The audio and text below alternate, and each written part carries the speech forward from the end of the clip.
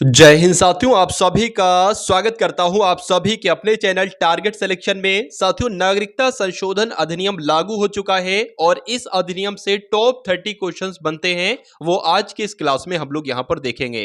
मेरा मानना है साथियों, इन 30 सवालों को अगर आप देख लेते हैं तो 1 से 2 क्वेश्चंस तो आपके एग्जाम में डायरेक्ट आपको देखने को मिल जाना है, क्योंकि ये साथियों एक बड़ा फैसला है और आपके एग्जाम में इससे क्वेश्चन बनना निश्चित तौर पर तय है। तो सुपरफास्ट तरीके से देखेंगे साथियों इस क्लास को, सभी क्वेश्चंस आपको देखना है। और पहला प्रश्न आपकी स्क्रीन पर है कि सीएए यानी कि सिटीजन अमेंडमेंट एक्ट का पूर्ण रूप क्या है, यानी कि इसकी फुल फॉर्म क्या है। तो अगर बात करें साथियों इसको इंग्लिश की अगर बात करें तो सिटीजन अमेंडमेंट एक्ट कहेंगे, अगर हिंदी की बात करें तो नागरिकता संशोधन अधिनियम कहेंगे। तो कुल मिला के ए भी आपका आंसर होगा, बी भी आपका आंसर होगा, आंसर आपका कुल मिला के जाएगा ऑप्शन नंबर सी के साथ। भाई बहुत बढ़िया, वेरी गुड क्लास। नागरिकता संशोधन अधिनियम संसद में कब पारित किया गया था, यह आपसे कुल मिलाकर पूछा जा रहा है। देखिए, अगर बात करें ये संसद में कब पारित किया गया था तो 11 दिसंबर 2019 को साथियों ये संसद में पारित किया गया था, आंसर आपका बी के साथ। उसके बाद देखिए, भारत में नागरिकता संशोधन कानून किस तारीख को लागू हुआ, अगर आपसे पूछा जाए साथियों ये लागू कब हुआ तो लागू हुआ 11 मार्च 2024 को। कब लागू हुआ? 11 मार्च 2024 को साथियों लागू किया गया। अब एक बार हम लोग यहां पर विस्तार से देख लेते हैं कि ये सीएए आखिर है क्या साथियों। देखिए, जो नागरिकता संशोधन अधिनियम है ना, इसके लागू होने पर साथियों 3 पड़ोसी देश हैं। 3 पड़ोसी देश वो कौन कौन से हैं? पाकिस्तान है, उसके अलावा बांग्लादेश है और अफगानिस्तान है। तो यहां पर जो लोग रह रहे हैं, अब कौन कौन लोग रहे हैं वो मैं आपको भी बताऊंगा। जो लोग यहां पर लोग रह रहे हैं साथियों, यहां से आए उन लोगों को भारत की नागरिकता मिल जाएगी, मतलब यहां के लोगों उन लोगों को भारत की नागरिकता मिल जाएगी जो एक तरीके से अगर बात करें दिसंबर 2014 तक किसी न किसी प्रताड़ना का शिकार होकर भारत आए। इसमें गैर माइनॉरिटी की अगर बात करते हैं, गैर मुस्लिम की अगर बात करें, गैर मुस्लिम कौन है साथियों? जो मुस्लिम नहीं है, यानी कि मुसलमान नहीं है, ठीक है। अगर बात करें जो कुल मिला के हिंदू हैं, सिख हैं, बौद्ध हैं, जैन हैं, पारसी हैं और ईसाई हैं साथियों, वो अगर अफगानिस्तान में हैं और आना चाहते हैं भारत, बांग्लादेश में भारत आना चाहते हैं, पाकिस्तान में है ये लोग, भारत आना चाहते हैं, तो उनके लिए साथियों बनाया गया है ये नागरिक संशोधन अधिनियम। तो कुल मिला के जो पॉइंट मैंने आपको बताए हैं वो आप लोग ध्यान रखेंगे। उसके बाद अगर बात करते हैं कि पिछले कानून के मुताबिक किसी भी व्यक्ति को भारतीय नागरिकता लेने के लिए कम से कम 11 साल भारत में रहना अनिवार्य था। नए कानून 2014 के बाद आने वाले व्यक्ति को लगातार 6 वर्षों तक भारत में रहना अनिवार्य होगा, तभी उसे भारत की नागरिकता दी जाएगी। और जो व्यक्ति अभी अभी भारत आया है तो उसे 5 वर्षों तक भारत में रहना होगा, इससे पहले यह प्रावधान 11 वर्षों का था। तो कुल मिला के साथियों हमने शुरू के 3 क्वेश्चंस देख लिए थे, ठीक है ना। यानी कि साथियों नागरिकता संशोधन कानून किस तारीख से लागू हुआ तो 11 मार्च 2024 से साथियों लागू हुआ। अब अगले नंबर का जवाब देखिए और इसका जवाब दीजिए साथियों, क्या इसका राइट आंसर हो सकता है। देखिए, नागरिकता संशोधन अधिनियम यानी कि सीएए 2019 का उद्देश्य क्या था तो भारत के अंदर रहने वाले अवैध अप्रवासियों को हटाना, ये इसका उद्देश्य नहीं था। वास्तविक भारतीय नागरिकों की पहचान करना, यह भी एक तरीके से नहीं था। अफगानिस्तान, बांग्लादेश और पाकिस्तान के उत्पीड़ित अल्पसंख्यक समूह को नागरिकता देना, बिल्कुल सही।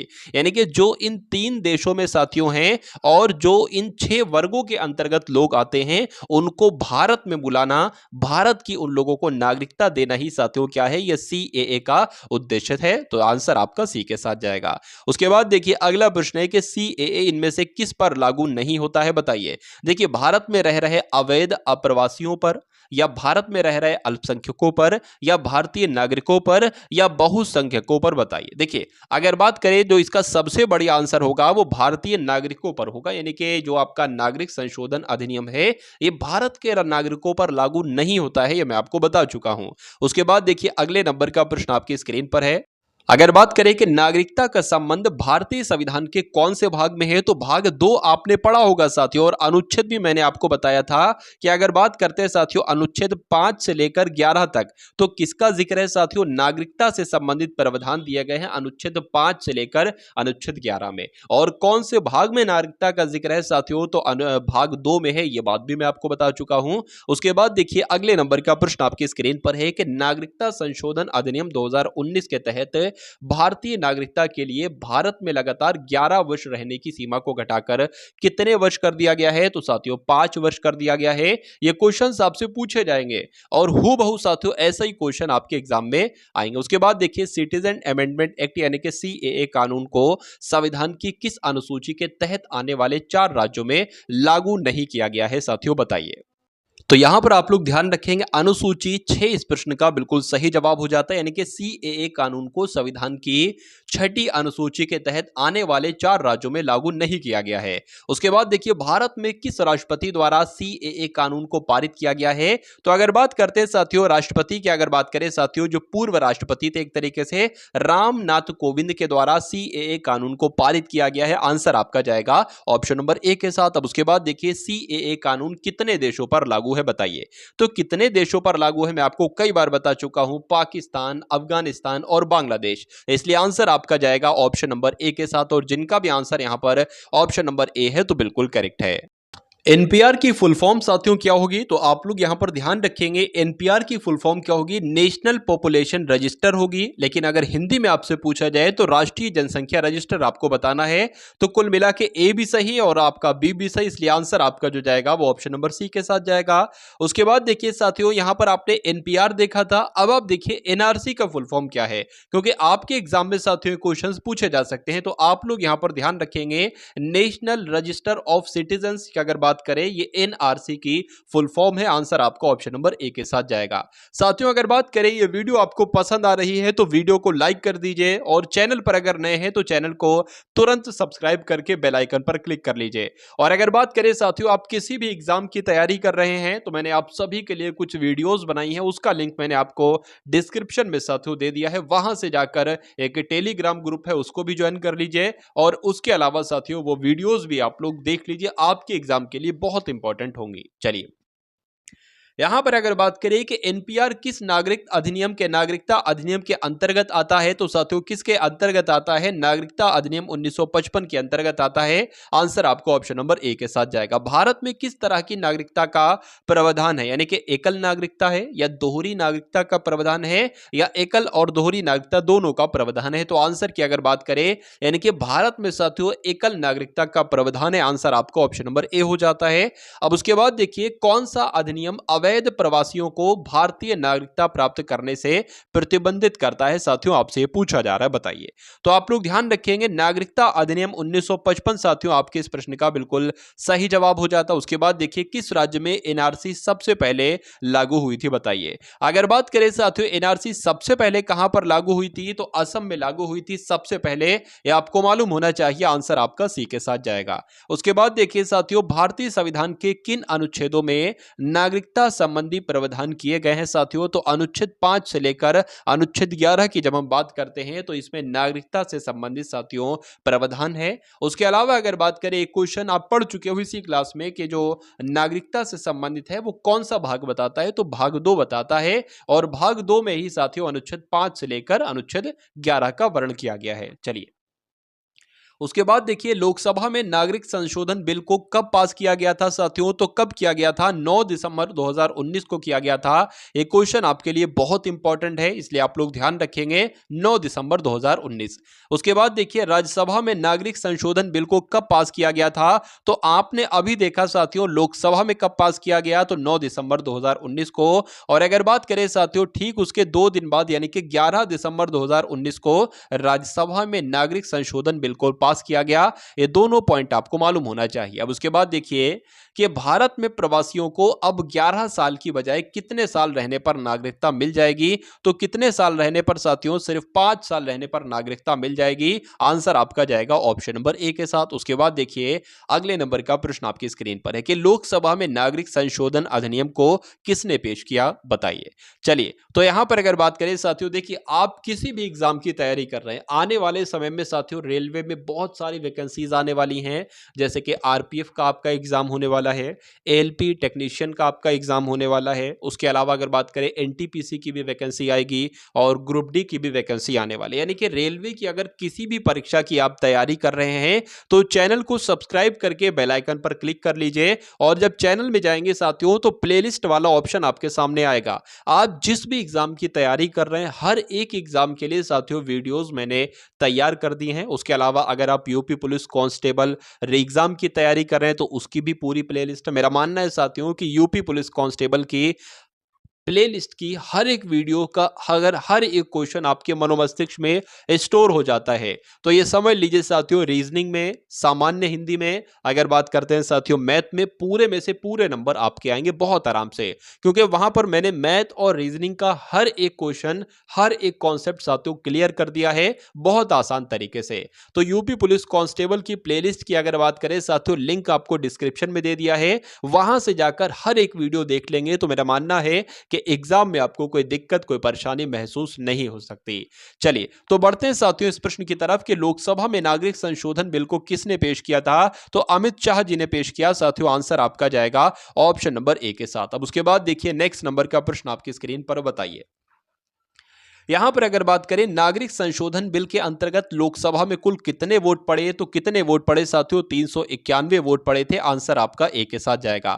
उसके बाद देखिए नागरिक संशोधन बिल के द्वारा किन देशों के अल्पसंख्यकों को नागरिकता देने का फैसला किया गया है? तो बात करें साथियों अफगानिस्तान के जो लोग हैं या पाकिस्तान के जो लोग हैं अल्पसंख्यक कैटेगरी में आते हैं, या बांग्लादेश के हैं जो अल्पसंख्यक हैं, इनको साथियों नागरिकता देने का फैसला किया गया है। तो आंसर आपका जो जाएगा वो ऑप्शन नंबर डी के साथ जाएगा, और जिनका भी आंसर यहां पर ऑप्शन नंबर डी है तो बिल्कुल करेक्ट है। उसके बाद देखिए अगले नंबर का प्रश्न आपकी स्क्रीन पर है, नागरिक संशोधन बिल के अंतर्गत राज्यसभा में कुल कितने वोट पड़े? तो राज्यसभा में साथियों कुल कितने वोट पड़े थे? नागरिक संशोधन बिल के अंतर्गत 220 वोट पड़े थे। ये आपके एग्जाम में डायरेक्ट आपसे सोचती क्वेश्चन पूछा जा सकता है, इसलिए आप लोग इन सभी क्वेश्चंस को ध्यान रखेंगे। उसके बाद देखिए अगला प्रश्न है कि नागरिक संशोधन बिल कितने अल्पसंख्यक समुदाय को नागरिकता प्रदान करेगा? तो इसकी अगर बात करें साथियों मैं आपको बतला चुका हूं, मैंने पूरी डिटेल में साथियों आपको बताया था कि 6 तरह के वर्ग हैं जिनकी अगर बात करें साथियों के समुदाय 6 तरह के, एक तरीके से बात करें साथियों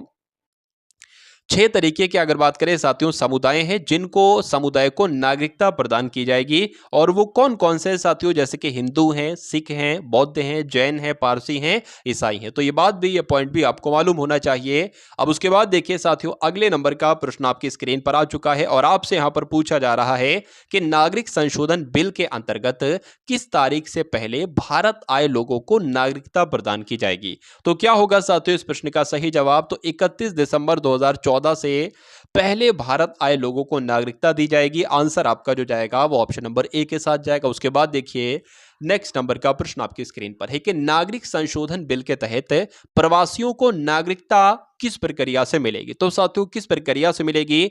वंशानुक्रम या रक्त के आधार पर, देशीकरण के द्वारा, या पंजीकरण के द्वारा, या क्षेत्र समष्टि के द्वारा? तो अगर बात करें साथियों देशीकरण के द्वारा नागरिकता दी जाएगी। आंसर आपका जाएगा बी के साथ।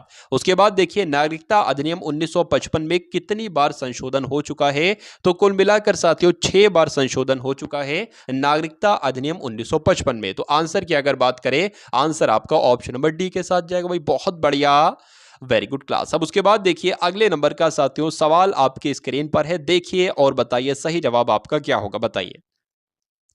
यहां पर अगर बात करें कि भारत में नागरिकता किस तरह से मिलती है, तो बात करें देखिए जन्म के आधार पर, जन्म के द्वारा नागरिकता मिलती है बिल्कुल, वंशानुक्रम के आधार पर मिल जाती है, रक्त के आधार पर भी मिल जाती है, और देशीकरण के द्वारा भी नागरिकता मिल जाती है, और पंजीकरण के द्वारा भी नागरिकता मिल जाती है, और क्षेत्र समष्टि के द्वारा भी नागरिकता मिल जाती है। क्या ऐसा ऑप्शन है कि जो सभी ऑप्शन को कवर करता है? बिल्कुल साथियों एफ एक ऐसा ऑप्शन है जो सभी ऑप्शन को कवर करता है। आंसर आपका जो जाएगा वो ऑप्शन नंबर डी के साथ जाएगा। उसके बाद देखिए अगले नंबर का प्रश्न आपकी स्क्रीन पर है, देखिए और बताइए साथियों सही जवाब आपका क्या होगा कि संविधान का वो ऐसा कौन सा अनुच्छेद है जिसमें संविधान संशोधन के बारे में बताया गया है?